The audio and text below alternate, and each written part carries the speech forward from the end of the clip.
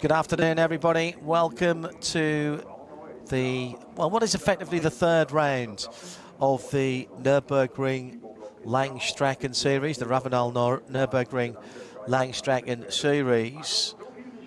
It is actually race number 4 of the NLS season, and we didn't get race number 1, so it's a little bit complicated. But on the calendar, it's race 4 and 5 this weekend. They serve also as the qualifiers for the Ravenel ADAC 24 hours. I'm John Hindorf, and Neil Cole joins me in our global broadcast centre for a 4-hour race that, for the first and indeed only time this season before the ADAC Ravenel 24 hours, goes into darkness. So a real opportunity here, Neil, for drivers, however much experience or not they have, to see the Nürburgring in, if you'll pardon the pun, a completely different light. Good afternoon to you. Good afternoon, John. Hello, everybody. Yes, it's going to be a real step into the unknown for a lot of, many of these drivers have driven the Nordschleife in the night many times, but plenty, and some of the bigger names absolutely have not. So the prospect for the next sort of 4.5 hours, once we get the grid and the formation lap out of the way and then the racing begins, could get very tasty, I think. And it's glorious conditions there now, but I do get a sense that there might be some rain incoming. I mean, as we know, the Nordschleife has its own microclimate. In fact, it has its own microclimates in different sections of this famous green hell. But there's a lot to contend with over the next sort of 4.5 hours. Your first time commentating with us on the Nürburgring. I'm going to tell you what we say to to actually all of the audience out there, whether particularly for those that are new, many Max Verstappen followers. Cleanse your mind of all things that you think you know about motor racing. A minute, 2 minutes, 5 minutes of a lead here isn't even half a lap. We've got lap times that are somewhere between 9 and 10 minutes at the front of the field if you get a full lap. We never see a safety car, even if there's barrier repairs going on. This is something entirely different from anything else. You've been at Le Mans, you've seen Le Mans, that's 8.5 miles. This is pretty much twice that.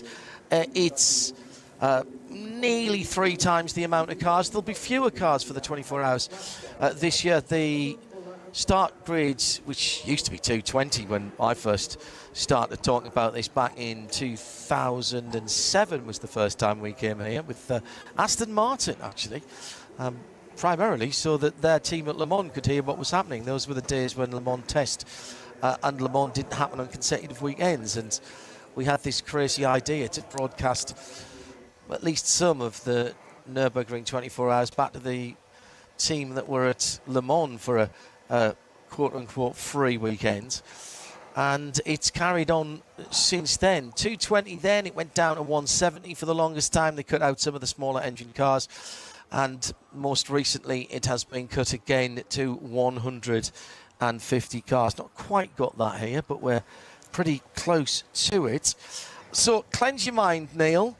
You and I have talked together on very, very short laps in terms of things like Race of Champions. When you look at the track map, what does that make you think when you see the track map for the Nürburgring and for the Nordschleife? Well, it's more, for me, from my background, it's more like a rally stage than, if you think of it like that, because it's not like Le Mans, it's not like La Sarthe, because it's not a public road for some of it and a track for other parts of it. Obviously, this format of the Nürburgring Nordschleife does use some of the traditional Grand Prix circuit as well, so that is more complicated. It's like when you're on a long drive in the countryside and you suddenly hit a kind of conurbation and you think, oh, this looks like a nice little town, and then you go back into the forests. And so, but the thing about it is it's got such undulation and all the different sections. So you look at a map of it, and the map of it that I have always looked at, and that you'll sometimes see it on the on the bumper of a car in front of you, and you go, oh, that person knows the Nordschleife. The actual map doesn't do the scale justice. No. It's enormous. It's absolutely enormous. For those of you coming to us for the first time on the world feed, either on RS1, part of the Radio Show Limited network of channels, what a busy weekend we're having, by the way. Fantastic four of endurance racing. World Endurance Championship just qualified at Imola. We've got NLS now. We've got the streets of Long Beach and a 100-minute race to come. And also at Spa with the 12 hours, the Michelin 12 hours as well, all going on this weekend. Very little overlap, thank goodness for that. When you look at this and when you think about what's going on here, you really have to recalibrate, as I mentioned, just the length, and they will do a full sighting lap, a full formation lap. There'll be 3 different groups of cars that will go off, roughly speaking 45, 50 in each class. There's a little bit of wiggle room for the organisers, depending on if you've got a faster car that's a bit out of place. The likelihood is they'll move them through a grid. Some penalties that we've got to talk about. By the way, we've had a busy day at the Nürburgring Nordschleife today. With practice this morning, then an absolutely stunning German Historic Endurance Championship with a couple of beautiful Porsche 911 RSR IMSAs at the front. Oliver Boyka and Michael Hughes won that with Andre Kunkel, Michael Funke and Heiko Hammelin finished second in a similar car. Ralf Scharl drove the whole race in his lovely Mercedes-Benz 190 Evo 2. And there's some HWA Evos here that are going to be running here in SPX as well, looking a bit like that.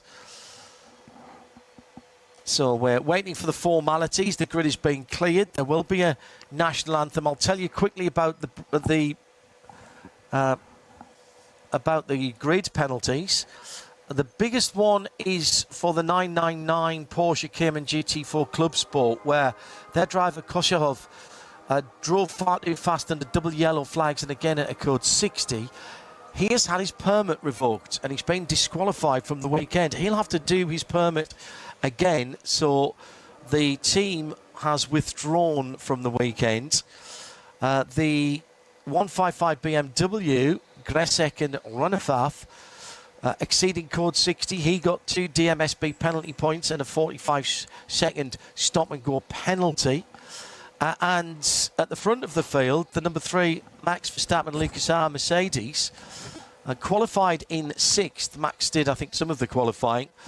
And they will start in 9th because there was quite a serious collision between Lucas R. and the number 941 Cayman GT4 Club Sport Type 982. And they therefore will take that penalty on the start. Grid being cleared. And I think, John, that's one of the first places we can start when we unpick what people might expect coming to this in terms of the tradition, other forms of racing that they're used to, because that penalty that dropped, the 3-place grid drop for the number 3 Max Verstappen Lucas Auer car, was for an incident, and the onus on this circuit and in this race series is very much on the car that is overtaking to make a clean overtake, and that's what happened in qualifying, and that's why they got a grid drop from 6th on the grid to 9th on the grid, is because yes, they have blue flags, but the onus is on the overtaking car, the approaching car, to get through cleanly. It's not like other forms of endurance racing. The other classes don't have to just get out of the way and clear the apex for you to breeze past, and that's a very clear example of the consequences of not playing by the very specific NLS rules. Well, and that, you make a very good point there, Neil, as the cars are rolling off for the start of the formation lap. It's the short...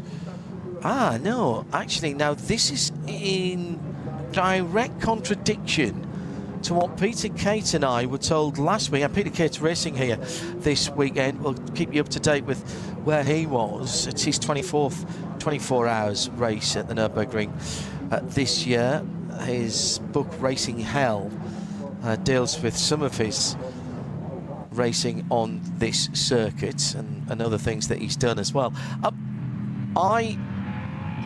It was made, or was suggested at least to me, that we'd be using the sprint version of the Grand Prix circuit, but quite clearly, as they've rolled off the grid, they are using the full run all the way down to the bottom of the hill, where we'll have the drifting competition, or drifting display should I say, when we get to the main race in May. So they're going all the way down to the bottom of the hill. As you might imagine, there is a big crowd here in the grandstands out in the forest, impossible to count of course. So all the way down to what is now called the Goodyear hairpin, and starting Group 1 will start to form up. It's the BMW number 23 that leads them off from the AMG, the Hartling and higher AMG in second. Another BMW in third. It's David Pittard KCMG car. Then the Porsche, Nico Müller car, Mauro Engel, Fabi Schiller in the AMG, Max Verstappen and Lucas Tarr still listed in 7th on the starting grid. They'll drop back, 6th rather, they'll drop back to 9th. Then the Bortolotti machine, then the Audi of Christopher Haase, Alex Sims, Jamie Green. Lamborghini in 9th, 10th, another Porsche, the 1-2-3. Christian Kronos and Nicky Thiem in the Aston Martin in 11th position. Thomas Preining, Matt Campbell among the drivers in the 12th place Porsche. 13th, another Porsche. 14th, another Porsche, the number 5 car. Frank Stippler is in the 65 Ford in 15th position. That's the Ford Mustang. 62 years for the Mustang, and they've just broken another record. That's 2 Ford records recently. BMW with Jordan Pepper, von der Linde and Max Hesse. And so the big names go as they run through. In 20th position, 10th row of the grid, we've got the McLaren and then the BMW with Charles Verts in it as well, I noticed there. Ifeye, Anders Fjordbach in a BMW. Neil Verhagen in the BMW in 24th. Felipe Fernando Laser in 25th position. And just an absolute cornucopia of talent. The front car's running to a GT3, it's called SPX here. Jake Hill with Kyle Tilley running in this race as well. Jake will be off. Actually, Jake was at Spa earlier on today to do some of the Spa 12-hour race. So all of the sharp end of the field are what are called SP9s, should I say? I think it's an SPX. SP9s. I got too excited about the SPX cars. One of which is a BMW M3 Touring. Now, Touring meaning estate car, but it is built to GT3 specifications, although clearly it's not GT3 homologated. So that underneath is the running gear, and quite a lot of the BMW M4 GT3 started just over a year ago as an April Fool's joke. And I talked to Andreas Russ, the head of BMW M Motorsport, earlier this week at Imola, and he said there were so many people that said we have to make it that we decided we'd have a look at it, and the BMW engineering team went to town on that, and it's a beautiful piece of engineering. Yeah, gorgeous. Yeah, the SPXs are extraordinary. You've got the HWA Evo R, which is the Mercedes-Benz DTM tribute, the KTM Crossbow, and you know, just to have them in the mix with some of the best GT3, or as we have to call them, SP9 fields, is just so good to watch, because it mixes up the heritage with the very sharp end of GT racing. Well, you and Arjuna tomorrow have got the excitement of the top qualifying, which is a wee bit of practice for something we see in May. And Andreas Reus was saying to me, look, we might not be able to win the race because of the balance of performance on the SPX car, but we're going to try our best to get into top qualifying on Sunday, i.e. tomorrow, Wow. and see if we can set pole position. SPX car has taken pole position before. The Glickenhaus did it some time ago, and indeed the trophy for the ADAC Ravenel 24 Hours pole is the Glickenhaus trophy. And of course, away, Neil, from all of those exotic cars at the front of the field, there are older BMWs. We've got the Dacia back out again. It's a big fan favourite. It is by no means the quickest car out there. There's always some raised eyebrows about that. Pretty much every form of Porsche and BMW, GT3, GT4, TCR cars out there. There's some Toyota GRs out there as well. Not quite as much as the young timer that we'll see as the support race in May, but everybody out there, and this I think we can all relate to, Neil, loving motorsport as we do, everybody out there is racing for something. Yeah. Just a quick bit of breaking news that the car number 36, the Z4 GT3, is in the pits. So looking like it might not start, or at least make the start. Currently, that's qualified in 54th place. BMW.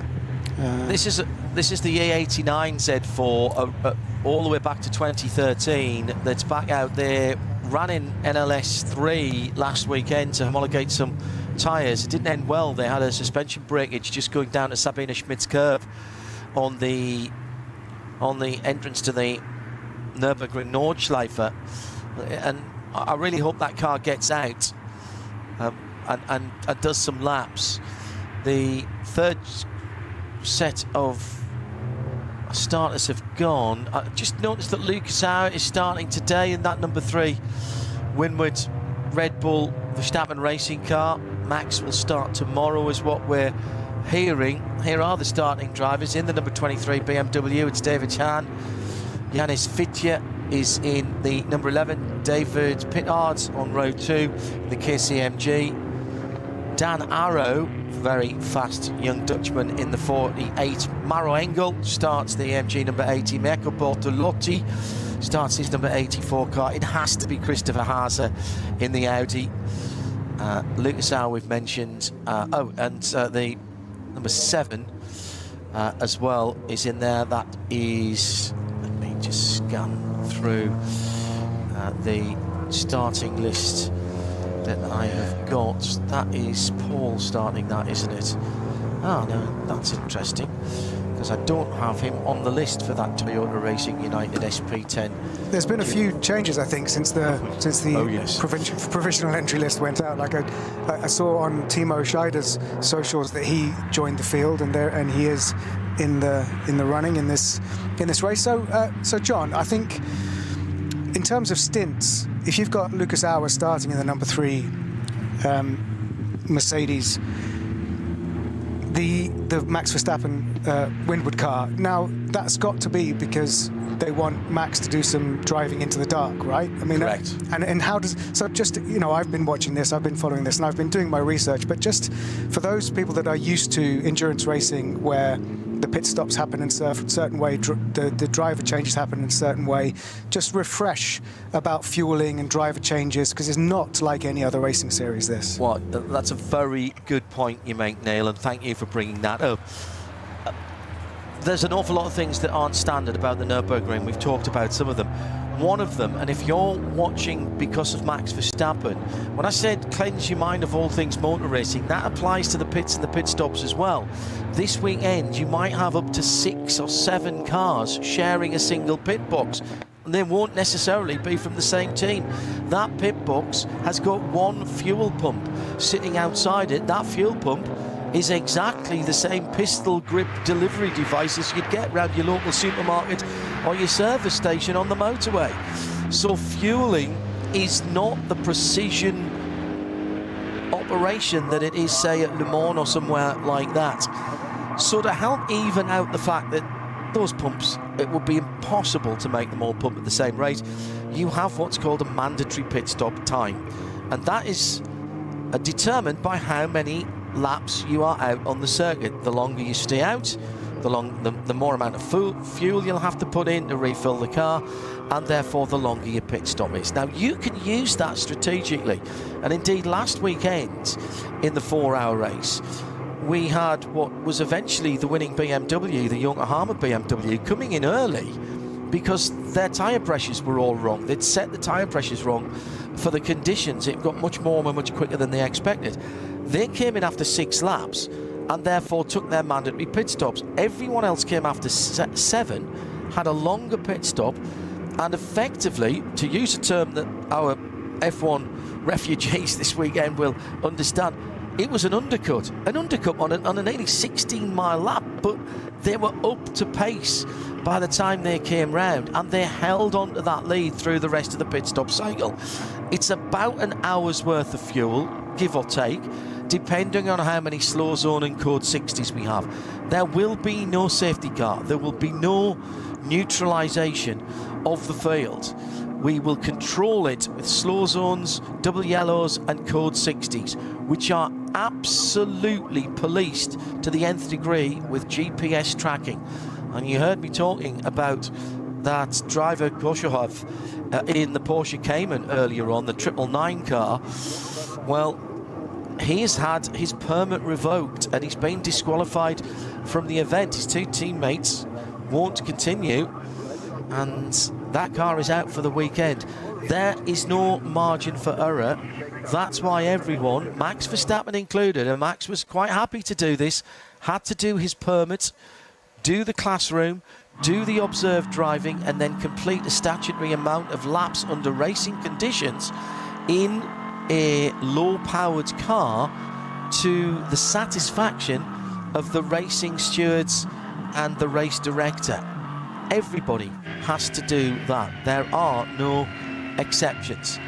And those pit stops, what we see out on the circuit, you will see cars being towed back. You'll see cars on the back of flatbeds. You will see Unimog, 4-wheel drives, towing trailers full of Armco and a portable welding device. Meantime, in the pit lane, that South Motor and Motorsport BMW doesn't look good. Does not look good, Neil. No, that's got a lot of work still to be done before they can even think about leaving the pit lane. That's a real shame. We were briefly on board with some tyre warming going on. You could hear a couple of different cars. It's very exciting. The build-up to this is getting exciting. But just a question about Koshehov. So how quickly will he be able to get his license back for this very specific Nürburgring specific license to be able to drive again? Because that's a big blow to him and his team. It's my understanding he'll have to go through the whole permit procedure again. Okay. So to the satisfaction of the stewards, it's a big slap on the wrist. They can ask him to stay away for an amount of time. That has happened in the past. We've seen it at the 24 hours, Neil, where a driver has blown through the 120 speed limits, the 60 speed limits, the double yellows, etc. And they've been asked to come to the pit lane, and they've been told to get out the car, take their kit off, and go back to the hotel. It stops them, and then the problem then is if you've only got 2 other drivers in the 24-hour race, it's nigh on impossible for you to complete it and stay within the rules for consecutive driving hours. If you've got 4, you can probably drop down to 3 and do it. 5 to 4, you can definitely do it. But there is no room because of the unique nature of this circuit, and because of the speed, because of the lack of runoff, because of the massive disparity in pace between the different classes of the cars. You cannot take any risks. This is about respect for your competitors, for the circuit, and for the regulations. And anyone that steps outside of them, they will get jumped on from a great height. Yeah. And I agree with that. I have to say, I've driven a lot of laps around here on corporate days, on manufacturing days, not raced here yet. I do say yet. But I completely understand why that has to be the case. So it'll be quite common for us to see in the race safety trucks on track while they try and repair barriers, try and retrieve cars, flatbeds, moving on the circuit, and for the racing in sections to go into code 60s.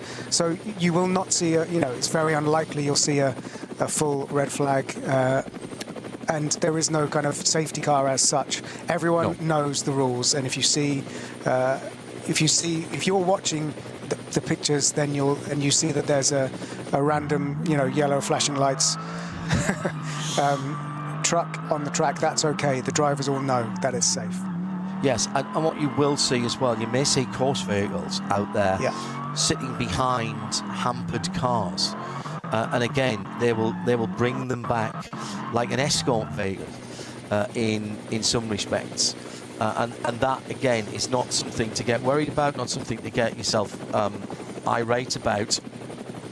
That is exactly what we would expect to see here at the Nürburgring Nordschleife. It is that type of place where there is nothing that is the same as anywhere else. It is an incredible place to go and watch motor racing, and if you haven't done it, I heartily recommend that you do. The leading cars are on the Dottiger Höhe. The Dottiger Höhe is the long, straight run back, well over a kilometre and a half. The long straight run back towards the Grand Prix circuit, or sometimes called the Grand Prix Strecke in German. And the cars will be asked to line up. Oh, good news!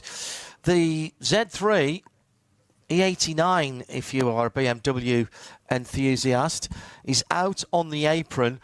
Now, with a bit of luck and a fair wind, that car will be allowed to follow on in the gap, in the 3-minute gap between the first and the second group.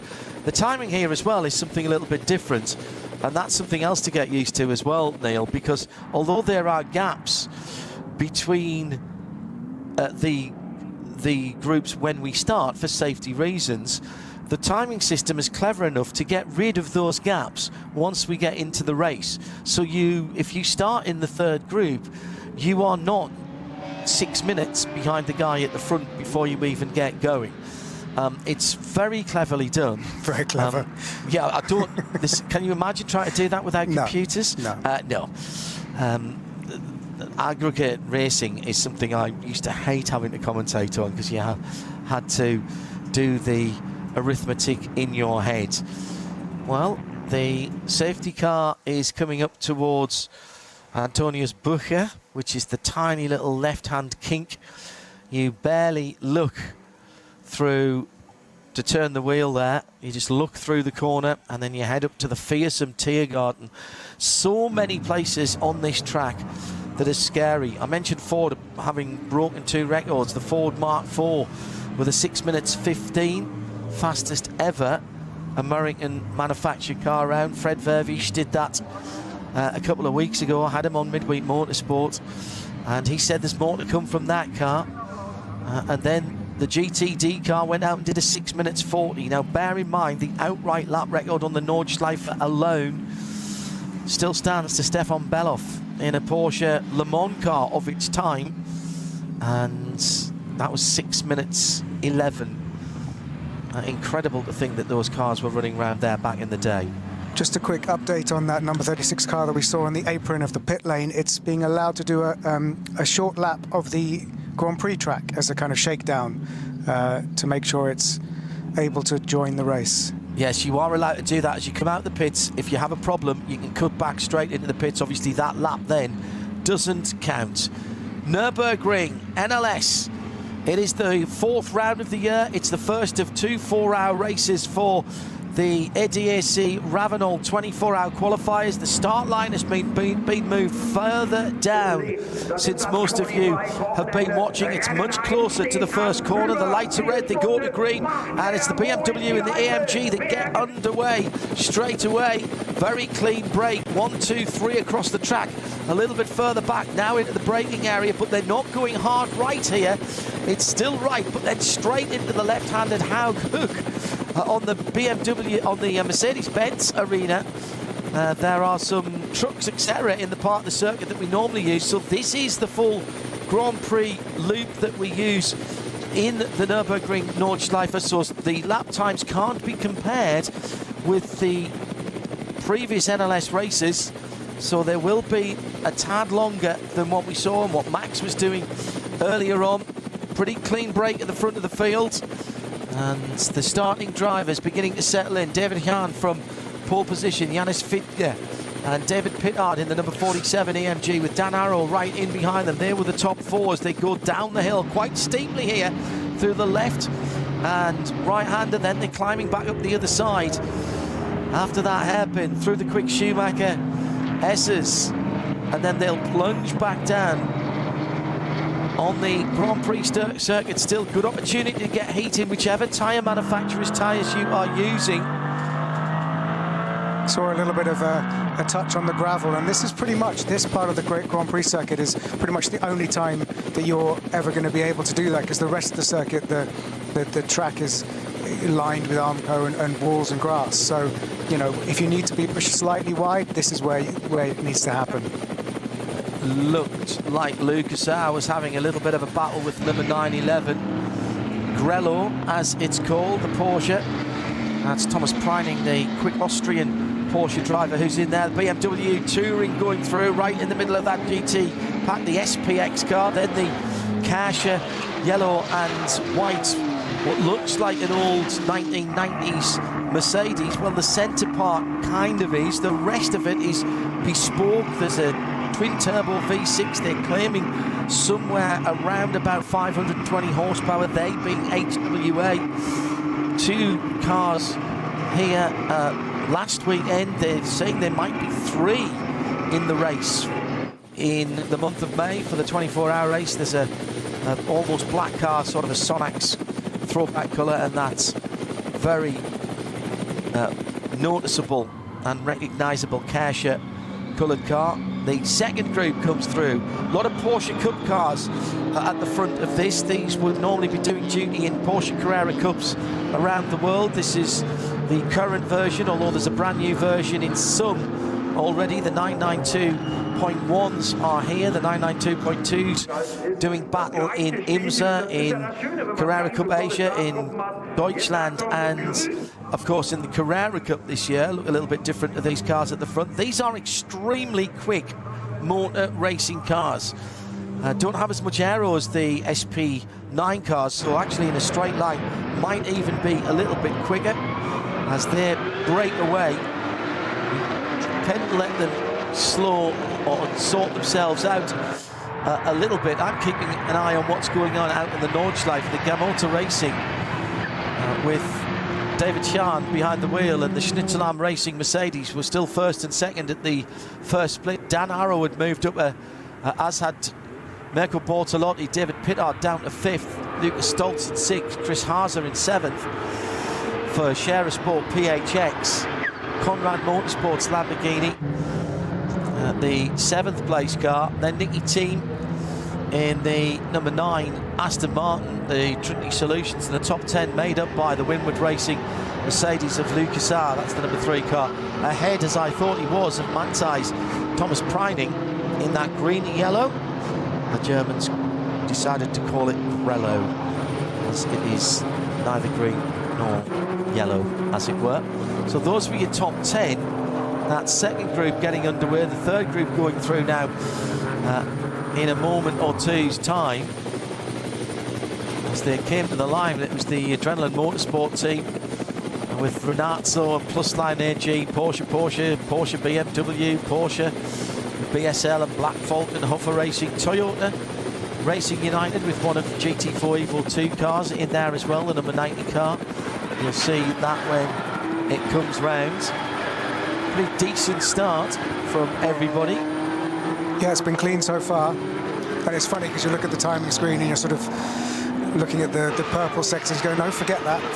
This is a this lap is a long lap. But yeah, the good start from Gamota Racing. You know, there's no mean feat to get that team up and running and to get pole and to lead this race. Always a thought to me of what do you want to achieve in this race today. Yes, there is a race win. For some, there is a championship to think about as the third group comes over. By the way, we're going to get a 30-second stop and hold for tmracing.org. That's Benedict Hopfer and Sebastian Brandl in the Porsche Cayman, number 82. 30 seconds after the first lap in the race. The 999 has been given the black flag. That was the car that we said lost a driver. Actually, that's been cancelled. So the two drivers in the 4-hour race have been allowed to continue despite the fact that their teammate has lost. Yeah, I think that's fair because they weren't involved in that. Here's the third group getting underway. Lots of BMWs. There's some TCR cars in there that you'll recognise the shapes of as well. These cars somewhat different in capabilities in terms of top speed. Still very exciting to drive around the Nürburgring Nordschleife. The red Audi RS3 Saloon that you'll see, that's a family-run car, and that is, until it got a set of stickers on it recently, certainly last year in the Nürburgring 24 hours, it looked like a bog standard car. We've got a Cayman GT4 off coming down, I want to call that the old Ford curve. Yeah, doing a bit of rally cross. I think that's the silver and red, I think is the 296 car from memory. You have to have a mouse with a good scrolling capability for the starter here, because clearly you can't memorise everybody. Actually, I think it was the 396, the Adrenaline Motorsport car with Manhattan wheels, Klaus Fassbender, Christian Bulischbach and Andreas Schettler, Carlos Arimont. That's three Germans and a Spaniard in that car. I'll tell you in a moment. We'll get some details from race control. They are very good at passing the most important parts of the information through to us. It's Neil Cole and John Hindhaugh in the first of two 4-hour races this weekend from the Nürburgring. What happened to that little Porsche? Did he get a help? He certainly did. That was playing snooker with BMWs, and it wasn't potting the black, it was potting the silver, red and black, which was that Adrenaline Motorsport car. Adrenaline Motorsport, Neil, you'll hear that name a lot. They have a lot of entries, and when we go through the class leaders at various stages over the weekend, there'll be a lot of Adrenaline Motorsport mentions. They are a huge organisation in terms of how many cars they have here, as the leaders come back through for the first time. And here is the Gamoto Racing BMW. The first racing lap then of the 24-hour Nürburgring qualifiers is in the book, and as they come through, it is an 8:19.383. That's the first lap I've seen this season on this circuit. Last weekend we were on the much shorter Grand Prix circuit with the cut through. So now we've got to start looking at that. Amazing to see the difference of who got the fastest sectors. There are 9 timing sectors here, never mind your micro sectors. I think the shortest one's about 10 seconds, but most of them are half a minute up to 2.5 minutes out in the forest. Already got an investigation going for the number 651 leaving the start formation early. Again, that probably, I'm guessing that's someone who hadn't seen that the start line had been moved further down. That was done last weekend for the first time, so better to learn this now than in the 24 hours in a few weeks' time. Leading cars then heading back out on lap 2. This has been exceptionally sensible from everybody at the front, Neil. Dare I say that? Yeah, the top 10 have kept it really clean and tiny, and hardly any movement. I mean, Lucas Hour was back up to P9, but basically everyone else is kind of holding station. And what you have to remember as well is slipstreaming does work here, but there's nothing else to help them with overtaking. There are no other gizmos and gimmicks on the cars. It's just pure aerodynamics and driving skill and engine power. As I said, I had Peter Cates, who's doing his 24th 24-hour here at the Nürburgring Nordschleife this year. He's racing this weekend. I'll try and pick out his car number for you when we see them go through.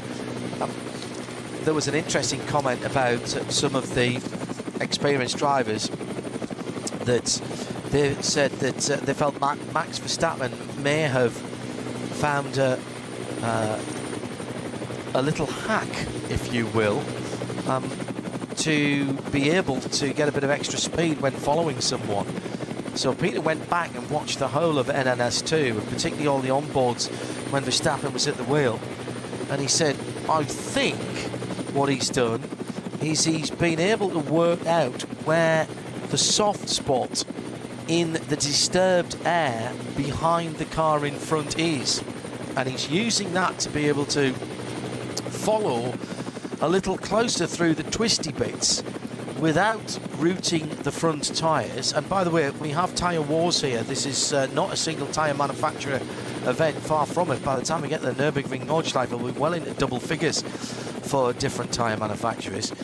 So let's keep an eye open for that for Max when he gets in the car. And also, of course, his teammate, Lucas Ayr, and the other Winward drivers, they will have been watching that as well. As soon as they saw that coming, they'll have done what Peter Cape did and gone back and watched it. But I thought it was very interesting that immediately Peter said, right, let's see if we can find out if that's true, whether it's a little bit of hype.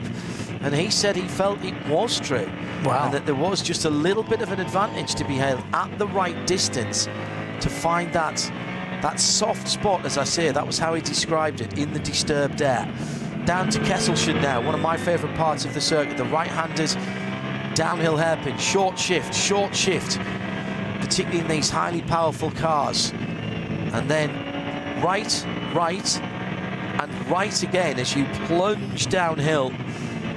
After the fourth right, it's into a slow left-handed hairpin, but you're still going downhill. Early pit lane caller from one of the Cup 2 cars.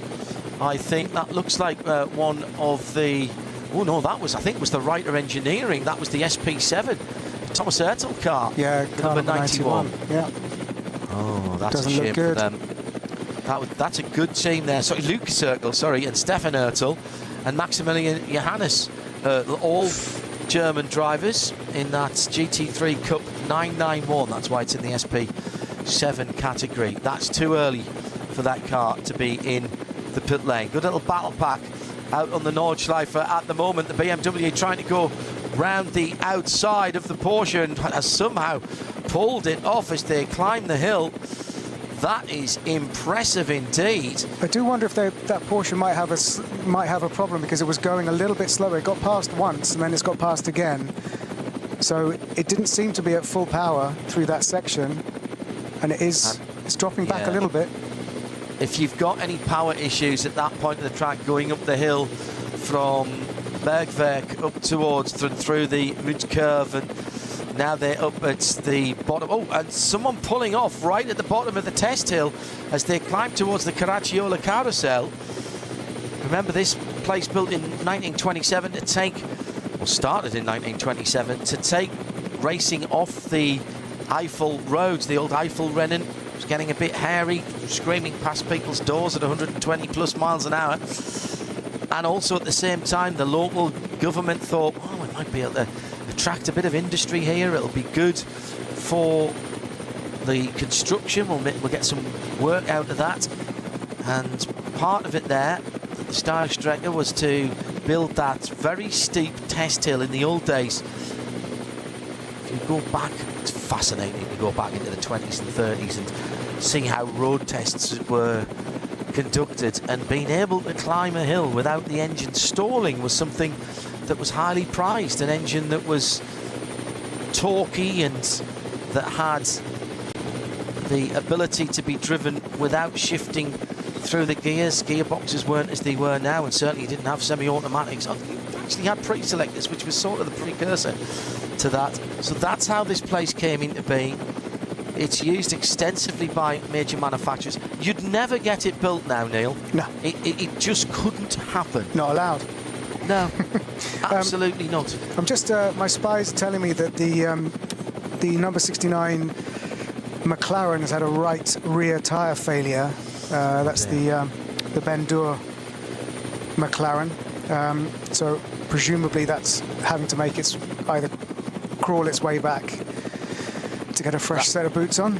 Well, that's something else that's different here than anywhere else. They'll come back slowly. Volker Strycek, the veteran, former head of Opel's Performance Centre, OPC, the man behind the Foxtail Manta down through the years. I worked with Volker on a couple of projects when I was with Ray Mallock Limited. Oh, so that's how the Porsche past happened. It was going off, coming through that fast right-hander out in the country, and the KCMG AMG also trying to get through. David Pittard right in behind the Porsche, but off onto the dirt, putting, I'm sure, a lot of clag and rubbish on the slick racing tyres.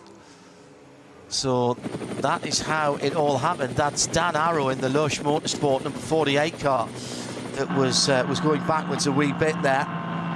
The teal blue, big strike on the ground coming up to Tiergarten, right in front of Lucas Auer.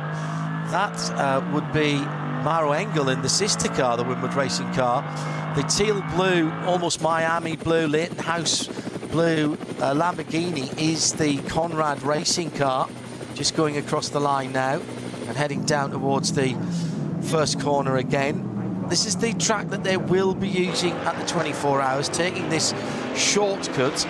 In the other Nürburgring LS races, they go a bit tight around there, but then they cut off round about where the battles are going through now, rather than diving down the hill. Lamborghini absolutely flying at the moment. Of the Lamborghinis, that's the Red Bull Abt car, that's Mirko Bortolotti going down the hill with a lot of pace. And I can tell you that Jens Klingmann is in 12th overall in the BMW M3 Touring 24H. The fast wagon is in the top dozen, is leading SPX, and an 8:25.9 on its last lap around. So they'll be delighted with that. The BMW M team boss, or should I say BMW M Motorsport boss, Andreas Roos, is, I am absolutely certain, watching and listening from the WRT team hospitality at Pit Inn at Imola, where he is for the WEC tomorrow. We'll have coverage for that of that for you on RS1, live and free and exclusive. Join us for that tomorrow. And it's also the second race here. This is quality stuff. Can I just remind everybody, and you, Neil, it's a 4-hour race. This is a 4-hour race, not a 4-lap race. And this around here, carving past the traffic, this battle that's going on for ostensibly 4th place is like a sprint race. It's just, you know, having to go a little bit wider over the curbs than he'd like to get around that car from the different class is while still trying to hunt down the car in front is exactly what we want to see, with only sort of 29 minutes gone on this race so far. 2.5 laps. I mean, basically, you're into traffic. If you're in the front group, you're into traffic by the middle part of your second lap, because that's the third group's starting lap. They've literally just started. So if you're in the third group, unless you're right at the front of the third group, you never get any peace at all. Jimmy Broadbent's just lost a position to the number 95.992, and that is the lead for the second starting group. Jimmy Broadbent, outstanding personality, loves his motor racing, converted from online racing to the real world. We've had him on Simcast, our programme on RS1 every other Thursday. A very accomplished real-world racing driver, one among many who've used the many driving simulations around here. Well, Gran Turismo was basically made its name with the Nürburgring Nordschleife, and probably did quite a lot, to be honest, to make the Nürburgring famous around the world. 100%, yeah. Yeah, right from the start of GT Gran Turismo, it's been, I suppose you'd say it was the Blue Ribbon track, wasn't it? Yeah, and every sort of iteration, this sort of, probably everyone who gets involved with sim racing online now would think the origins that we're talking about, Gran Turismo on a PlayStation, was, but it was really, really important. It was entry level.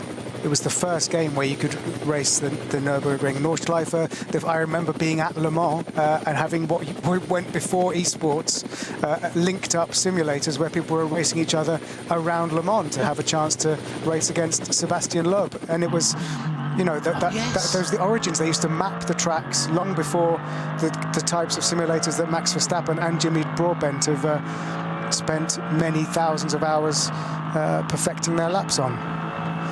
It's the voice of Neil Cole. I'm John Hindhoff. Good to have your company. Thank you for joining us wherever you are around the world. And if you have any questions, at RSL _studio on X, Johannes says, I'm not sure that test hill, the Steilstrecke, was ever actually used. They quickly realised it was too steil, it was too steep. The steep track, Strecke is track in German. A lot of the names that we use for these corners, obviously they're in German, but they are descriptive of what's around them or villages that are close by. Well, they're those brilliant sort of German compound words, aren't they? Where oh yes. If you want to work out what it means, it's just break it up into 5 different words. You go, oh, that's what it means. It's the one on the left with the big hole in it. That's kind of whatever the German is. Linkse Haule. Well, we do have Fuchsruhe, of course, yes, which is the foxhole. Yeah.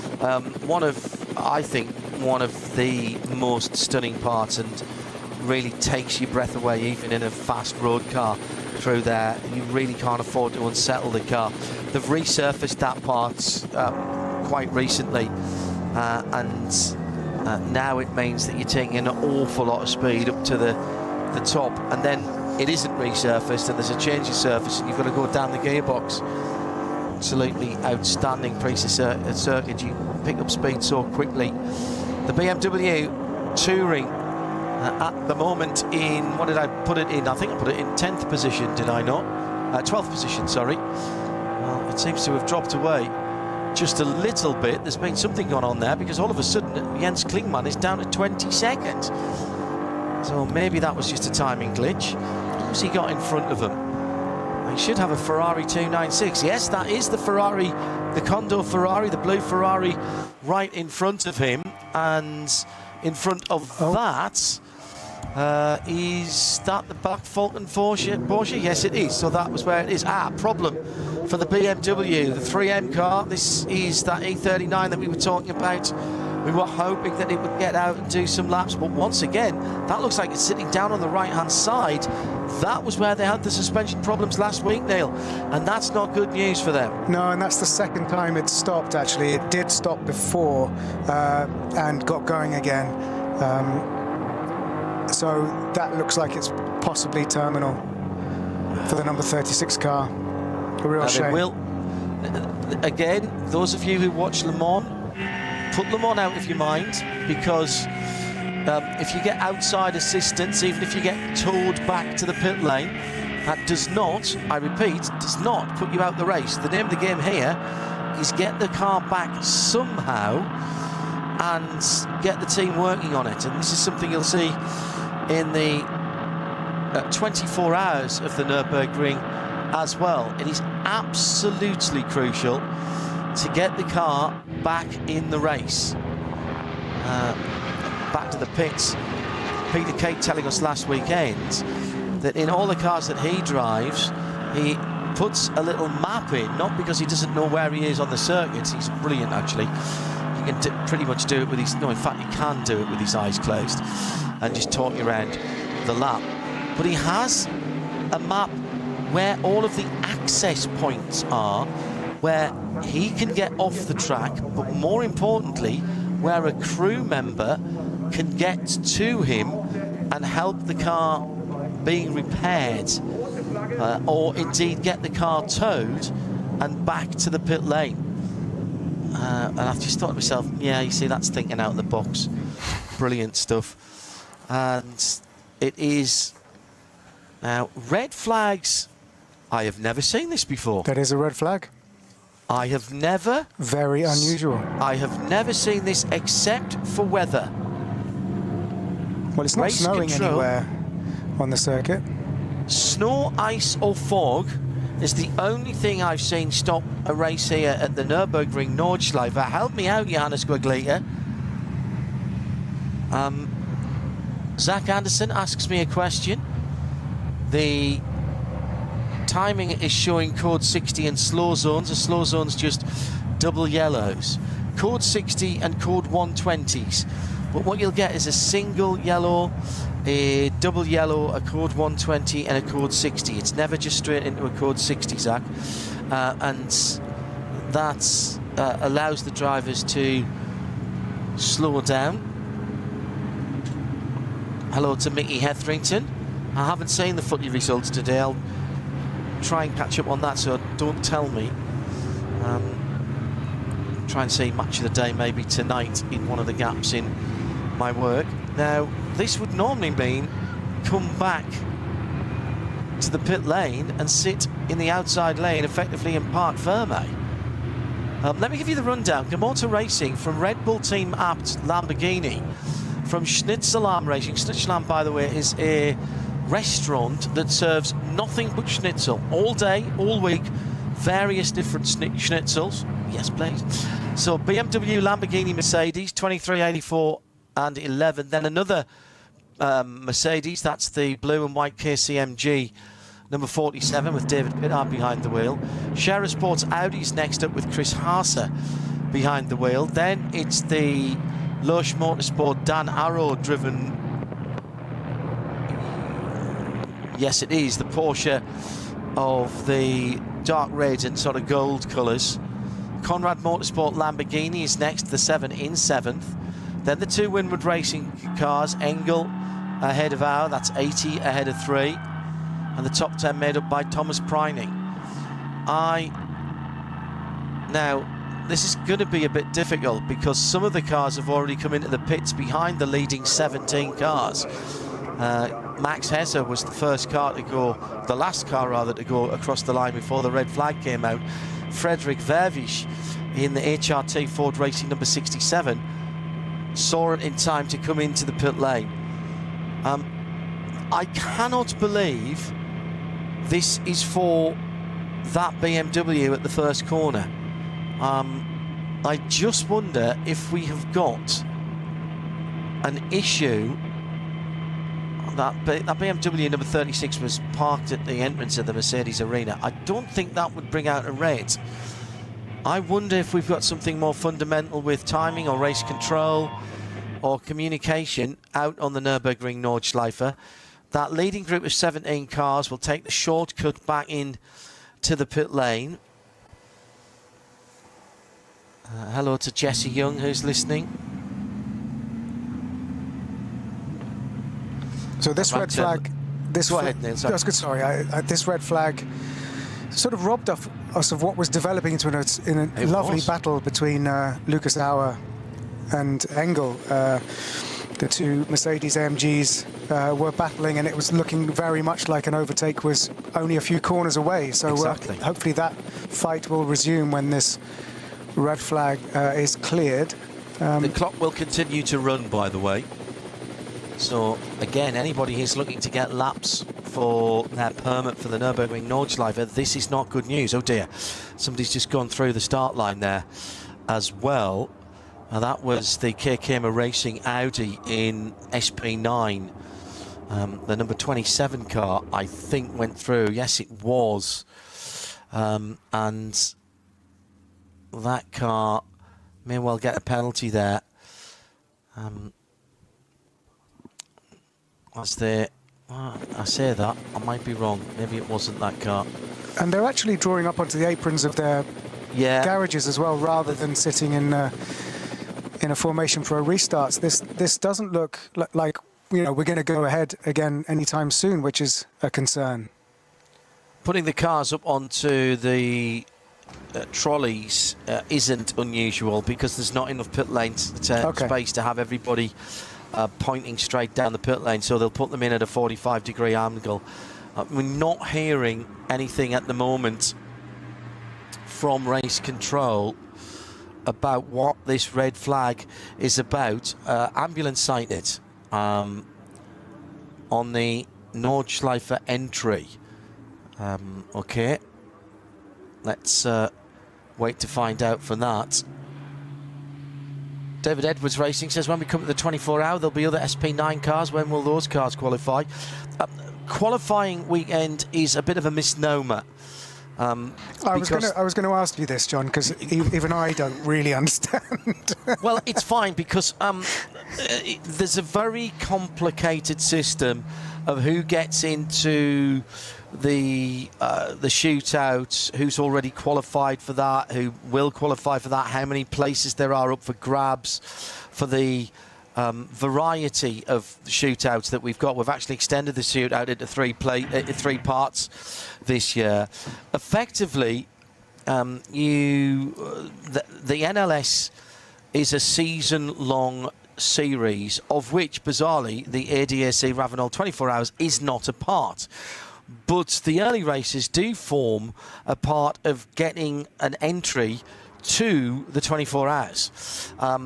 Then you have to apply, and a bit like Le Mans, you are invited.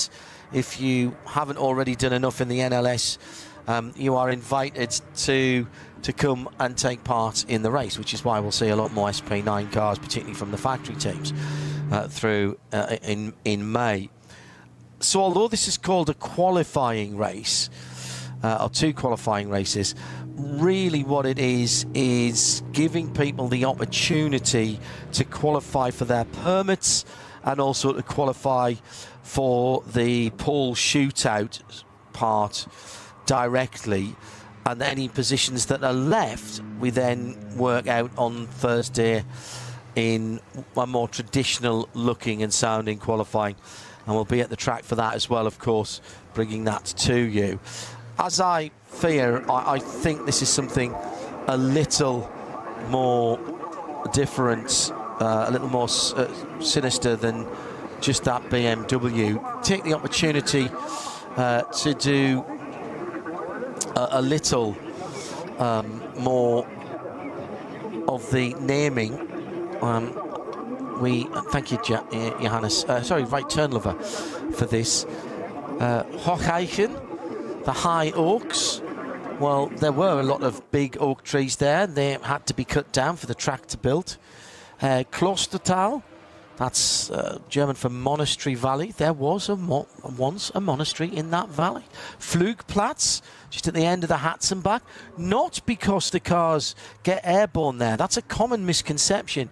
It's because back in the 1930s, this was the place to come and be seen. It was like going to a big horse racing meeting or a big tennis tournament. This was part of the season for the German IT set, as it wouldn't have been called in the 1930s. And the well-to-do flew down to the Nürburgring and to the Eifel Mountains, and there was a grass strip at the top of the hill just to drivers left there as they come across, so hence that was the corner closest to it. Flugplatz means airport in German. That's why Flugplatz is Flugplatz, and so on. If you go online, there is a fabulous track map and lots of resource for the naming of the curbs. Looks like a number of cars involved. I'm not going to speculate about that. We've had no update on the official ticker so far, and that is what we try to go on. What I'm going to very quickly do is whiz back through the race race control message board and see if there was any yellows that came out just before well, there was an issue at Bergwerk and a code 60, and at Flansgarden and Kesselchen. They're well round the track. If it was just on the early part of the Nürburgring Nordschleife, Bergwerk coming just after the Lauda links, the Niki Lauda left-hand corner, made infamous by Niki Lauda's fiery accident when Formula One used to race on there. So perhaps something has happened out on that part of the circuit. But for now, we don't have that information. I'll wait to see what our German colleagues can tell us out there. And Klostertal, I think, is where the issue would be, and the potential incident out there. Again, let's wait for confirmation. Neil Cole and John Hindhaugh here. We'll try and answer some more of your questions as we can. Quite a lot of cars at Klostertal off before the Caracciolo carousel on the GPS Auge, just on the lead up to that Steilstrecke. Again, the resources are there to have a look. It looks like the Dacia Logan came upon that at some stage, but that is a latecomer to that ball, I'm afraid. So this very unusual that this happens for anything other than the intervention of the weather. We did have a red flag last year when the pit lane complex lost power, and obviously you can't race if race control can't see around the track, so that cost a little while. Let's go through some more of the corner names. Galgenkopf onto the Dottiger Gallows Hill. Yes, there was a gallows there. Wow. No, it's a good place to hang out. Very good. See what you did there. See what you did there. And then, of course, there's Quiddlebacker Hoers, where they play Quidditch. Yes, thank you, Harry Potter. No. No, but I like your thinking. I see what you're trying to do there. Trying to bring in the younger audience. Very good, Neil. This will be frustrating for some of the teams. So just to pick up on what you were saying, so even though it's called the 24 qualifiers, it doesn't mean absence or presence here for these 2 4-hour races denotes absence or presence from the actual 24 hours. It's important for people to recognise that. Correct. That is absolutely right. The Max got the whole race moved for NLS2, brought forward a full week because he couldn't, because this should have classed with a Grand Prix in the Middle East, of course, but he'd already qualified for the 24 hours. He didn't need to race here. He had his permit, and obviously the team were going to be given an entry, so he didn't need to come here to race. He didn't need to have that race moved to qualify for the race. It was his only chance to get in the Mercedes, the AMG, because remember he did his first race at the back end of last season. Great time to come to the Nürburgring. Far fewer cars out there, certainly far fewer cars in the top class. I think there was only 6 or 7 SP9 cars. He ran in the Ferrari at that point, which was the car to have certainly last year. BOP's changed slightly this year. The Mercedes perhaps in with a chance, the AMG in with a chance of winning for the first time in maybe 10 years. They haven't won the 24 hours since 2016. Yes, being here, not being here, it's more opportunity to prepare for the Nürburgring Nordschleife, and we are running on the version of the Grand Prix track that will be used in the longest race of the season here on the Nordschleife. So it's good practice opportunity, basically, is what we're saying. No Dacia back in the pits. I do think the Dacia is part of this incident at the bottom of the run-up to the Caracciolo carousel. Fluid down as well. And the number 992 Porsche onboard stream has been snapped by a few people. That's the Manthey SP Pro car, and that car has yet, in fact, actually that car hasn't come through Sector 7 yet, which is that part of the circuit. And we wait news of an official version of cars involved. What's basically happened, I think, is from about the mid-30s back, something has happened. The mid-30s on the timing and scoring chain, something has happened. We believe it to be at the bottom of the hill, the right-hander that leads up to the Caracciolo carousel. Actually, it might even be a bit further back than that. Yeah, I think close there, Tal. Yeah, there's a few cars that's made its way back through their way back through to the pits, but there's a whole bunch of cars from about 36th to 69th that have not made it back. I was positing there that they might have been stuck at that part of the track. Then the cars that went across the line, 70th down to 112th, are all back in the pits, and then the cars 113th on back to the 120th. So did that adrenaline car start the 653 car, the BMW 240i? Maybe not. Actually, two adrenaline cars I think didn't take the start.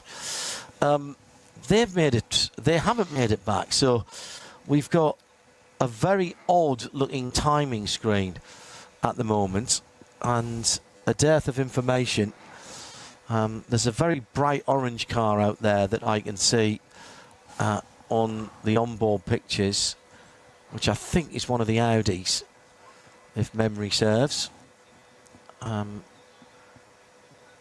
So what we're waiting for is some news from the organisers and from race control, which they're normally pretty good at getting to us here. Apologies for not being able to give you any more, but clearly there has been some incident. This wasn't just for that BMW at the start of the lap that we were telling you about earlier on. The red flag came out at 5 minutes before 5 minutes before 6, sorry, local time.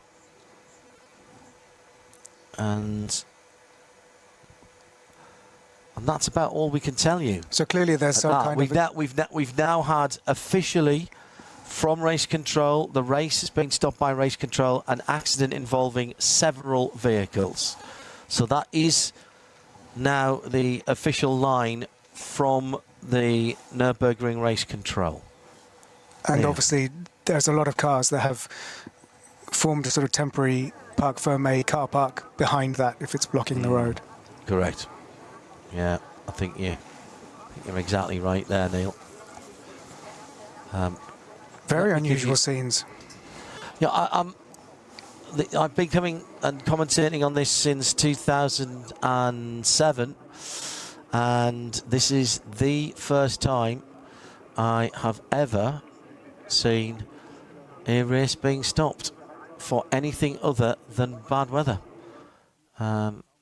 Extraordinary scenes. I can't give you the rundown now because they all got mixed up when they came into the pits. So whatever happens from now on, as the clock ticks down to 3 hours and 15 minutes remaining, there will have to be a reordering of the cars at the last timing point that they all went through before the red flag came out, which I think is going to be the end of the lap, if I'm quite honest. The top 17 or 18 cars, 17 cars, wasn't it, went through and started another lap, and then the next set of cars were able to peel into the pits to the red flag to as required by the red flag regulations. So it's a bit of a jumble at the moment, because certainly it was not, with due respect to Fred Vervish, he's a very quick driver, as he showed with that 6 minute 15 Nordschleifer lap in the Ford Mark IV. He's a very quick lap, but very quick driver, but he is not in the lead of that the race at the moment. No, I think all we can absolutely confirm is that the car that set off on pole is still technically in first place of this race. I think I agree with that. I would agree with that. I think when we get this sorted out, it will be the 23 Motor Racing BMW from the Red Bull team-upped Lamborghini from... At that point, I don't know. I think it's probably Schnitzelarm from KCMG, from Scherer Sport, from Lurch, from Conrad, and the two Winward cars. But there's cars in between them on the timing screen. Preining, I think, is in there as well, right behind our, for Manthey in the Grello car. The Aston Martin Vantage for Nicky Team, that's going to be just sort of mid-teens as well. Frank Stippler for HRT Ford, see above comment. But that is my gut feeling and me using my memory of what I saw, because that's not what it says on the timing screen in terms of how they came into the pit lane. But of course, some people did effectively another lap, of the Grand Prix circuit, and then cut into the pits the back way, which you are allowed to do even in racing. Actually, they'd rather you did that if you have an issue than you went out onto the Nürburgring Nordschleife and then broke down, because it's harder for them to pick you up. The castle, which is just Nürburgring Castle, always get a picture of that when you go there. It's just finished being refurbed, actually, after a long time of scaffolding around it. For years I thought I was never going to get a picture of it without scaffolding around it. Which is their equivalent of the Sagrada Familia, isn't it? It was never quite finished. Which is now finished, yes. Apparently. It has been that also, yes, Barcelona's great landmark. Now finished after God knows how many hundreds of years. Let's give you some more of the name. So coming down to the end of the Doriger Antonius Bücher. Used to be the location of a large beech tree, belonging presumably to someone called Antonius, which again had to be chopped down to make way for the circuit. So it's just after the old Bilstein Bridge, and if you started a tourist lap, you'd start around about there. Tiergarten, Animal Garden, or Animal or Pet Cemetery, possibly for animals that were killed in battle, maybe for a local landowner's animals or another reason. That's through the dip and up towards rejoining the Grand Prix circuit. You've got then, of course, the run down, forget the Grand Prix track at the moment, and you have Sabine Schmidt curve. That shouldn't really need any explanation. Relatively new name, that, unveiled a few years ago in honour of the absolute ruler. We call her the Queen of the Nürburgring. She's the ruler of the Nürburgring. More laps than I think anybody else around there. Won outright twice, still the only woman to do so. Did a back-to-back, actually. Where else can we talk about? I think Hatzenbach. I think Hatz is hunt. Yes. And Bach is stream. So I think it's the hunting stream, and Bergen is curve. So Hatzenbach Bergen means hunt stream curve. Okay, very good. Hunt stream curve, very good. I like it. You move through there to Hoheichen, which we were talking about, the high oaks. There's some still left, some had to be felled on that point. We're sort of going round the track now. Kiddebach Höhe, not the place they played Quidditch, but there is a village just off to there, Kidderback. I've stayed there, actually, and you forget that there are houses relatively close. And we'd park the car up, and you'd be able to see the lights in if you were coming off during the night and getting a few hours kip, you'd see the cars running up the hill. And it's just after Hoaiken, the double right-hander after the fearsome in the dark, particularly Flugplatz we talk about, that's the airfield. Nothing to do with the jump. I'm not sure we still use Cottonbourne really, but that is a little village. It's rarely used, that one, but some people still call it Cottonbourne. Schweidenkreuz, the Swedish cross. There's a large stone cross monument behind the Armcorps on driver's right there, allegedly placed there in 1638 in honour of the old mayor and tax collector for Adenau. Adenau, one of the villages that is within the Nürburgring Nordschleife, believed to have been killed by the Swedish army. That is super, super fast. Just get unbalanced over the top of there. Used to be a change of surface there now, but that fortunately has changed. But that's big commitment through there. Then you run in very quickly to Arenberg. That's at the top of the foxhole. Again, there used to be a surface change there, but that is the Aram Hill, where the Arenberg Castle sits, and there's a town just there as well. You turn right there under the bridge and dive into the foxhole, which we were talking about. The legend goes that a frightened fox hid there in a drain pipe during the construction, and building work in the late 1920s was interrupted before they could get the fox out of there. Sometimes called the foxhole as well. It's all the way down through. You pick up speed mentally quickly now.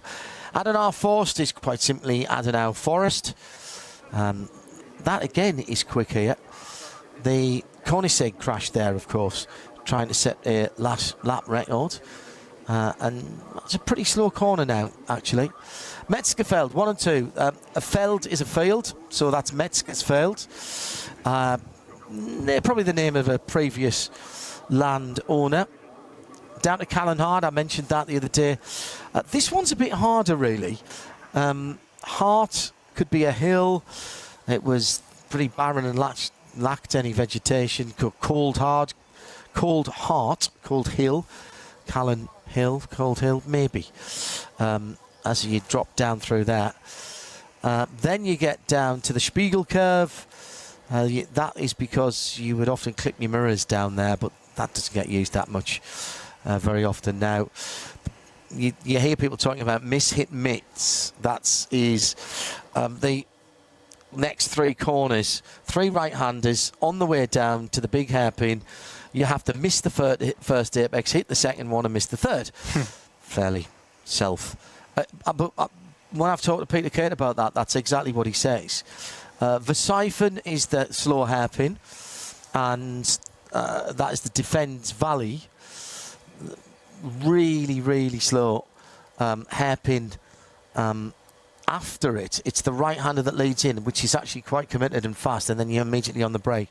So this is the corner that sits at a boundary between Adenau and Breitscheid, and probably a strategic point where either town could have been defended. So there we go. Breitscheid is the wide part. The town is at the bottom. That's the bridge at Breitscheid. There used to be, in fact, no, there is still a way to get onto the Nürburgring there for sort of half a lap of the Nürburgring, and so on and so forth. So there we go. I could go on, and we'll save some of them. If you are just joining us and wondering why there's nothing going around and the clock's still ticking down, 3 hours and 5 minutes to go. Neil Cole and John Hindhoff in the Global Broadcast Centre, waiting for things to resume. But a multi-car incident just before the Caracciola carousel at Callanhard.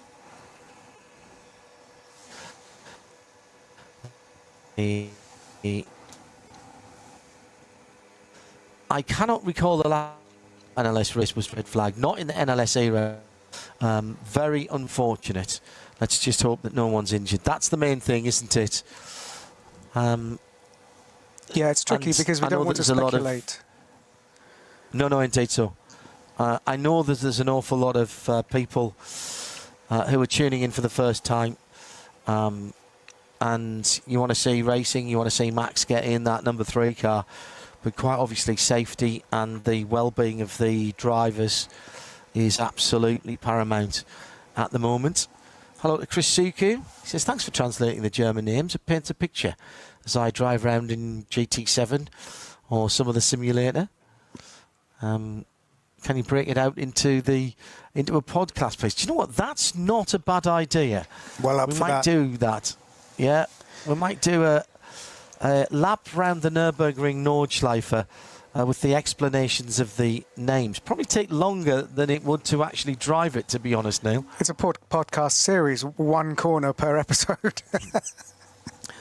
Do you know what? You're not wrong, actually. Hearing from people at the area, and hello to Clark Duffy and some others, that there's quite a lot of fluid on the track after that multiple car incident. And again, we're hoping that everybody is all right in the run-up to that tricky right-hander at the bottom of the hill. And that is going to take some time, I'm afraid, to clean up. So stay with us. We'll try and keep you abreast of what's happening. Yeah, because if something sprung a serious leak, then that will take a while to make it safe for racing. Well, and I think the other part of it, Neil, is that there's been a lot of cars that have gone off and hit the Armcore. So and that's very quick. Yeah. So we left you at the bridge at Breitscheid, the Broad Point. Shall we carry on? We might as well, I think, carry on round the track. Next up, Exmüller. That is Watermill. And guess what? There was a local mill that was powered by water from one of the many streams that run alongside the Nürburgring Nordschleife. Now, originally, the start and finish of the track was meant to be at Exmüller. The circuit owners wanted to build some grandstands on the land around it, but the owner of the water mill was stubborn and refused to sell it. It's a steep uphill right-hander that leads onto the Lauda left. Still, nobody really knows why Niki Lauda had that incident there in 1976. It's not an official corner name, but that little left king just before Bergwerk. Many people, even the drivers, call that the Lauda links. Links being left in German, by the way. Bergwerk is the next one. Bergwerk, such an important corner on the track, because you come through that and you are climbing uphill almost all the way to where the accidents happened, actually, which is quite a long way. Mountain factory, Bergwerk. Berg is mountain, Werk is a factory or a plant of some description. Apparently there used to be a lead and silver mine close to the mine there. I look that corner, you have to be so patient and take a really late apex on that. You start to climb up, there's a series of left-handers, one of which is Kesselchen, which means little valley. Hills either side of that one. It's quite dangerous there, and that is the last of the left-handers, and it slightly tightens, and you cannot afford to get your right-hand wheels on the track. I remember taking my 993 Carrera 2S there on a track day. We'd been doing some track driving with Aston Martin Racing, and at the end of their time I asked, because there was nobody else out there, if I could take the car that I'd driven down in to do a lap, to say that I'd done a lap. And I went through there and the car was hopping, and I got back to the point of the circuit where you come off again, and on the Dottiger checked everything over. I thought there was something wrong, nothing. So I thought, okay, well, I've done my lap now in my 992. And spookily enough, a few weeks later, I was working with Sabine Schmitz on the Top Gear Live programme. No way. Yeah, her, myself and Tiffany Dell were doing the motorsport side of things, while the three big stars were doing the other side of things in a different arena. We did one at Birmingham at the National Exhibition Centre. We did one down at the Docklands arenas as well. And I thought to myself, well, there's no better person, is there, to ask than Sabina. So one night after we'd had dinner, we were sitting having a glass of wine in the hotel. I said, by the way, can I pick your brains about the Nürburgring Nordschleife? Yes, of course, she said. Lovely lady, much missed. Yeah. Klaus Abelin was with her as well. They were a couple in those days. He doesn't race in the big races anymore. He's still doing some of the classic stuff. And I told her this story about how I'd gone through Klostertal, and the car was sitting down pretty well, and then all of a sudden it didn't slide, it hopped. And I said, I think, maybe the person before me or the person before me has done something to the suspension. Have they lowered it down too low? And she said to me, that sounds odd. What speed were you doing? I said, about maybe 130, 135. And she went kilometres an hour. I said, no, miles an hour. And she burst out into that big, absolutely trademark Sabina Schmidt smile and went, oh, they all do it at that speed. Okay, thanks very much, Sabina. Love it. Let's not do that again. So that's Klostertal, the Monastery Valley. We talked about that. Oh, how we miss Sabina. Then you head up to Mootkurve.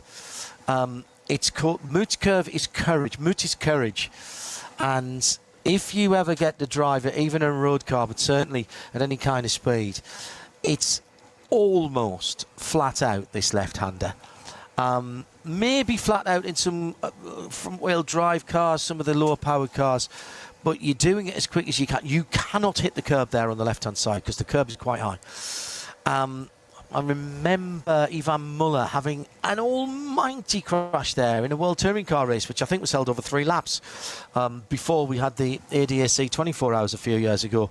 I was helping out Martin Haven doing the commentary for that, and we had the helicopter shots, and Ivan was trying to overtake someone. They went through side by side there, and he just put his wheel on the curb, and that was it. Huge pinball effect down there at that left-hander. That then runs to Strijlsdrekke, the steep track. Just what you were saying there gives you a sense of the scale of this circuit, that when the World Touring Cars do it, they do 3 laps. We've had 25 minutes of racing so far. Let's Remind everybody what's been happening. We got ourselves set up. We'll pick up at the Strijlsdrekke for our drive around the track and the names. We got off on time in what were pretty decent conditions for the weather, and at the start, very feisty, but in a nice way. People, I think, looking forward to tomorrow and keeping the car in one piece as well. It was the BMW from pole position. David Pittard's down in 6th, trying to make a bit of a move in the lighter blue car. And as everybody filed through, the BMW of the pole sitters managed to hold on, but then all the Porsche classes going through in the second category. And as we said, it was all pretty good. Lucas Al lost a position or two. Remember, they'd been docked 3 positions after accidents at the first corner in the qualifying session, so they started 9th in the number 3 Winward Mercedes-Benz. Bit of a problem for Dan Arrow. He went off, got dirty tyres on the Porsche. I actually know that was for the Kiefer machine, and that's the Black Fulton car. KCMG David Pittard tried to get round him, he couldn't get through, but there was momentum lost, and we were having a really nice build-up. Pittard went to the right-hand side. Is there room? Is there not? Yes, there was. Racing room asked for and given. Everybody playing nicely at that point. 2 Winward cars side by side, coming up to pass the family-run RS3, pretty much a standard 4-wheel drive RS3, 4-door, that one, and Grello coming up, looming up in the background there. And then the red flag. For a wee while, we didn't know what had happened, but there's been, as we now know, multiple vehicle accident just on the Style-Strecker there, heading up the hill towards the Caracciola carousel. That's how it stands at the moment. The Caracciola carousel is where we got to, actually. Now, it's dead easy. Rudolf Caracciola was the man who sort of combined circuit racing and rallying. I've always said that the Nürburgring is a bit more like rallying, and you might mention it earlier on. Well, if I said ditch hook to you, Neil, you would know exactly what I was talking about. That is the process by which top-class rally drivers will write their pace notes to know that they can drop their inside front or indeed rear wheel over the edge of either the gravel or the tarmac into at least part of the ditch to help rotate the car and slingshot them through the corner. Well, when the Nürburgring was first opened, you drove up on the top, the flat tarmac up on the outside, and some record-breaking events still do. In fact, Fred Vervisch did in the Ford Mark IV when he did the 615 a couple of weeks ago. The inside was a small drainage ditch so that when it rained, all the water went down there, and it was concrete. And by 1931, trying to find a bit of lap time, the legendary Rudolf Caracciola put two wheels down into that area. Not all the way down, but he realised that he could take the corner much faster because it was kind of like positive camber. He won the race by just over a minute that year. And from the next year, basically, the drainage ditch was being driven like drivable banking, and it's been used ever since. It's really interesting because if you get it wrong, you either drop down to the bottom where it's even more bumpy than everywhere else and it shakes your fillings out, or you get fired out before the end of the bowl section, which also is uncomfortable, and you're not saving any time. When you get it absolutely right, and I've only done it once where I was anywhere near right, you get fired right out of the end of that parabolic bowl section like a cork out of a bottle. And immediately you've done that and done it once, you know, oh, that's what you meant to do. And it's amazing because you start, it's all uphill there, so it's important to get out of there. Up towards Hoher Acht, which is the highest point of the track, the high point, and Hedwigshöhe, the Hedwig height. Now that also sounds like something from Harry Potter, doesn't it? But actually, that is named for the wife of Dr. Otto Kreuss, the councillor for the Eiffel district in the early 1900s. He was the man who really got this place going. Her name before she was married was Hedwig, and he called the corner after his wife, Hedwig. Actually, no, that was her first name. So that was Hedwig's height, and he reasonably thought that was fine. Wippermann is a seesaw. Wipper is a seesaw. So this is the seesaw man. Ask any of the drivers. It's very bumpy. Not quite as bad as it used to be. And because the direction change and the bumps there, it used to feel a bit like a seesaw. We talked about Eichbach, Ashbrook, a stream or a brook off to the side of the track. Ash trees around that as well. It's a bit of a funny one, Eichbach, because that is that also there's 2 or 3 corners that people sometimes call that. One of my favourite corners, and certainly a place where people go to, often called YouTube Corner. Actually, the official name is called Brünchen. You run down. It's very difficult to keep yourself to the left-hand side as you come down into Brünchen. The car naturally wants to go up the right, and the camera's taking you down there, but you need to tuck in to the left, and as you fall down, it's then a right-hander and another double apex right-hander. And as you come out, you can use all of the paved area. It's like block paving on the left-hand side. And there used to be a small stream that had a number of pipes that supplied water to the nearby village. Brunchen is small water. And then you head up hill to, we talked about Eisbach, the Ashbrook rather. Then we've got Ice Curve, the Ice Curve. And that is ICE curve, not internal combustion engine. But that is often slippery there. A lot of people said it was slippery as ice. Some of the last parts of the track to dry open. It can be a bit greasy there. Overhanging trees, really, down through the years have made that a little bit difficult. And then you're coming in a flat out part which goes left and right and left and right. Just after the jump, the Flans Garden. So this is a nursery, a plant garden, or some kind of nursery, and you fly down through Flans Garden 1 or 2.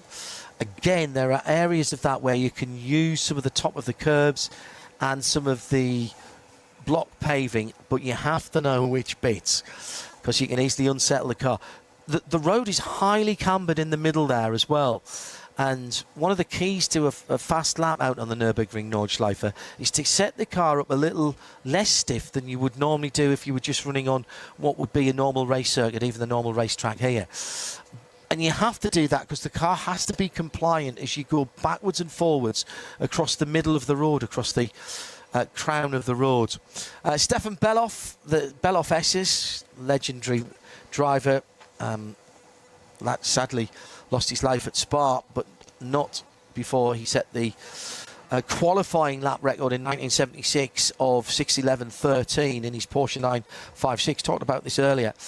That is still the fast. There have been cars that have gone around there quicker, but they have not been in homologated racing cars. Now, you can say that is not a race lap record, absolutely, but in 1976, I think he set the race lap record as well at around about 6:20. I'd have to look that one up. There have been cars, notably some of the electric cars, the Porsche, Timo Bernhard as well, actually, went a bit quicker than that in the de-restricted and highly modified Porsche 919 hybrid that they put some special batteries in. Michelin built them some special tyres. Talked to Timo about that. He said there was more to come, but Stefan Walliser, who was the Porsche Motorsport director at the time, says, Timo, we've beaten Stefan's time. Let's leave it at that. There's no need to do any more. Let's honour him by doing that with another Porsche, which I thought was very nice. You can just about drive that in a straight line. Beloff crashed there, actually. Another reason why it was named after him. Then you run down into the Schwalbenschwanz, which is the Swallow's Tail. It's another bridge section, so you go right and then left. Again, this goes back to the late 1920s when the circuit was being built. The shape of a swallow's tail, really. Easy place to get wrong. We've all gone off there in the simulations, and the Armco is very close there, and there's a bit of a gravel track as well, trap as well. Then you go on to the second, or the Kleiner carousel, the mini carousel. Not quite as severe as the Caracciolo carousel. It doesn't double right back on itself, but it leads to one of the most important corners on the track in terms of giving you an opportunity to pass. We talked about the Gallows Hill, or the Gallows Head, Galgenkopf, public execution sites. The gallows were there. Long. I learned this. I learned the word triple pressure from Martin Haven, from his commentary on tobogganing and luge and bobsleighs. But that's what we have here, and it is in some ways a trade-off, in some ways a patience. 2, maybe 3 separate corners. You almost can give up the first couple of bits of the corners because you want to get on the power as early as possible through the final part of this long right-hander. You want to be, it's really hard. You want to be on the power, you want to be on the power. But if you're on too, you always know when you're on too early because then you've got to back off again. And in doing that, you absolutely kill your speed down the next part of the circuit, which is the 2 kilometre long Dottiger Höhe. Now, you should have worked out by now that Höhe is Höhe Act, it's height.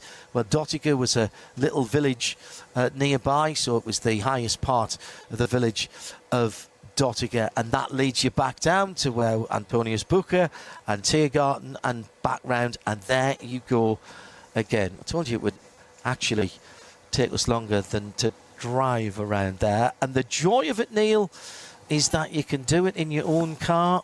You go down there when it's open for tourist laps, tourist fahren. You go halfway down the Dottiger Höhe, you go and pay your money. You get a digital card. I remember when it was, I think it was €30, 28 euros maybe for 4 laps. I think it was. I think it's more than that for 1 now. But if you've never done it, it's absolutely worth it because it will give you a completely different way of looking and mindset at people who are racing on it. Because even driving a fast road car around there, you can't drive it at 100%, and neither should you. These guys are. The opening laps in the 24 hours with 170 or now 150 cars on the track, when that first group gets to the back of the third group on their on the first group's second lap and the first group's first lap and the first group's second lap, should I say, the helicopter shots, it looks like a police chase, and so does the onboard. It is unbelievable. And when you've driven around yourself, and it doesn't matter how fast or how slow you go, you just take it at your own speed, keep your eyes on your mirrors. Make sure that if you're going to move one way or the other to let someone by, a faster car by, and pretty much I will guarantee you, however fast you think you are, there will be someone quicker, because on those tourist laps, there'll be somebody who's on semi-slick or slick tyres with a cage in the car, and who knows it like the back of their hand. So you indicate the way you're going to move. So if you're going to move right and let them go left, which is the preferred way of doing it, you indicate to the right and move when it's safe to do so. I think a few times I did it, it's the fact that you get a minibus or a couple of motorbikes that's sort of freaked me out. We do have an update from Race Control, John. Yes, indeed, Neil. I see that now. Do you want to go through some of the cars that we now have confirmed as being in the multi-car collision in the Klostertal section? Yes, we have a total of 7 vehicles that were involved, and the barrier needs repairs as well. The cars involved are the number 27, the Aston Martin Vantage AMR GT3, the car number 111, the BMW 325i, car number 121, another BMW 325i, the 410 Porsche Cayman GTS, the 448 Porsche Cayman CM12, the 503 Toyota Supra, and car 992, the Porsche 911 GT3 Monthé. So rescue operations are underway, and we'll get more information as soon as possible. But there is oil on the track on the lead into Klostertal, as I understand it, but lots of barrier repairs being required and injured drivers being attended to. So obviously it's quite a big incident, 7 cars involved, so that would explain why we've had a lengthy red flag. I'll add to that list actually the 503 Toyota Supra as well into that. I think that one has just been added. I mean, that is a fair variety of cars from throughout the field, which I find interesting. Obviously, the Aston Martin AMR GT3, the number 27 car. I can't remember where that started, but that is a quick car. And you wouldn't have expected it necessarily to be around some of those other cars there. Also that Manthey car as well, the 992. That's one of the GT3 Cup cars. There's a separate championship for Porsches here on the Nürburgring Nordschleife within the Nürburgring Langstrecke. Langstrecke just means long track series. So that's a bit odd that it's cars that I would have expected to be spread wider throughout the grid. The BMW 325 is one of the E90s, one of the older cars, still allowed to race here, and rightly so. The 325s have a great battle in a class that's pretty much their own. And two of them involved there, the 121 and the number 111. Those cars still very, very capable racing cars. Indeed, not dissimilar to the car that Sabine Schmitz and her sister learned their trade. Her sister, a very good driver around here as well. Sabine, as I think many of you will know, lived... her mum runs one of the most famous guest houses and restaurants, still in the family, and that's where Sabine and her sister were brought up.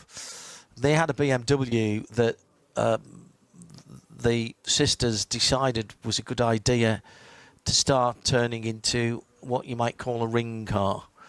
And by the way, I will give you a rundown after this story, because the clever people at our timing have reset all the timing, so I can give you as it stands before we restart. And so the car was generally modified, stiffened, different suspension, a little bit of a tweak of the engine here, a change of the exhaust there, and it was becoming more and more specialised to the point where they decided to put not full race slicks, but certainly what we'd now call track day tyres on. Now, this is a few years ago, in fairness, and there was then, and in fact still is, a scheme where locals get reduced rate to go and use the Nürburgring Nordschleife on those tourist lap days, the tourist Fahren days, tourist drive days, and also in those days, they used to get some laps to themselves as well, just for the locals. So Sabine and her sister would go out there and rag this BMW around the Nordschleife, and that's how they learned it. Brilliant stuff. And the roads around the Nürburgring Nordschleife, by the way, in the Eifel, are just as demanding. And I can imagine the two sisters on the roads as well in that BMW, round by the old Südschleife as well, the southern loop. Parts of which were still roads until relatively recently. Some of them still are. And the story that Sabine told me was that her mum was going to a hairdresser's appointment and had got to the hairdresser's, and it was very wet that day, as can be the situation in the Eifel Mountains. And in the early days of mobile phones, because of Sabine's mum running the guest house and the restaurant, she had one, and Sabine was back at base, as it were, and gets a phone call, and her mum says, "I think there's something wrong with the car. It was very odd when I drove it to the hairdressers this morning." And Sabine said, "You took the BMW to the hairdressers?" Of course, it was running on semi-slick track day tyres. And she said, "Yeah, I managed to get it here just about, but it was really handling very oddly." Sabine said, "I'll come and pick the car up and drop you a different car off so you don't have to drive it back." And that was how she learned it. Absolutely brilliant, by just repeat. Learned it section by section, then tacked the sections together, and that was how she became so proficient. And as I say, still the only female to have won the Nürburgring Nordschleife. Did it 2 years in a row. So we are still under red flag, and we're coming down towards 2.5 hours at the moment, and there's no sense that there'll be any time added back on. Let me give you a rundown as I see it on the screen that has been reordered now. So we were right in our assumption that the Gamotor Racing BMW was leading. It doesn't matter about the gaps. I'm not going to bother giving you the gaps, because that was just how they would have crossed the timing point at the end of lap 2. Schnitzelam Racing Mercedes number 11 in second. Red Bull Abt Lamborghini Huracan in third, the number 84 car. Then the white and blue KCMG AMG in 4th. That was the 47 car. Share of Sport Audi in 5th, the 16 car. The Arrow, the Dan Arrow driven 48 Losh Motorsport. Porsche. Then the second of the Lamborghinis, 2 in the top 7. That was the number 7 Conrad car, that lighter blue car. Both of the Winward Mercedes in the top 10. Maro Engel and Lucas Auer having dropped down, I think, to 10th or 11th, then got back to 9th before the red flag came out. Thomas Preining making up the top 10 in the number 911 for Manthey Racing, the Grello car. The Trinity Solutions Aston Martin Vantage with Nicky Team, the number 34 and 11th. Frank Stippler for HRT Ford Racing with the best of the Ford Mustang GT3s, and that's the 65 car in 12th position. Alessio Piccardiello, Dunlop Motorsport, Porsche 911 in 17th position. Mühlner Motorsports, classic colours again for that team with a lot of cars in different classes. That's the blue, black and white Porsche 911 GT3R, another SP9 car. So these are all SP9 cars at the moment that I'm going through. And we'll wind up the top 20. And after the Mühlner Motorsport, the Gorion RT by Car Collection, Porsche, the Falcon Motorsports Porsche, the Rover Racing BMW, the Sherbert Motorsport BMW, 19th Frederick Vervisch for HRT, and the Black Falcon team Porsche, the one we saw off the circuit, the number 5 in 20th. We have just heard by race control that we are suspended till further notice. So nothing happening at the moment. So what we'll do is we'll take a break. Keep an eye on what's going on, and on RS1 we'll play some content for you. Kerry will sort something out. But here on the World Feed TV, we're going to take a short break. Keep an eye on the screen. As soon as we see anything, we'll put up either a graphic, or Neil and I will be back with you to let you know if there is going to be a resumption. But the story is, with 7 vehicles involved in a multi-car collision at Klostertal, there is still work going on there. That happened some time ago now. Right now, there's just over 2 hours and 32 minutes to go. This happened at 6:55 local time. 5:55, excuse me, local time. So we've been under red for just over an hour. For Neil Cole, I'm John Hindhaugh. Sorry we can't bring you any more racing, but you'll understand that safety has to come first, and the well-being of everybody involved in that incident. Speak to you soon, I hope.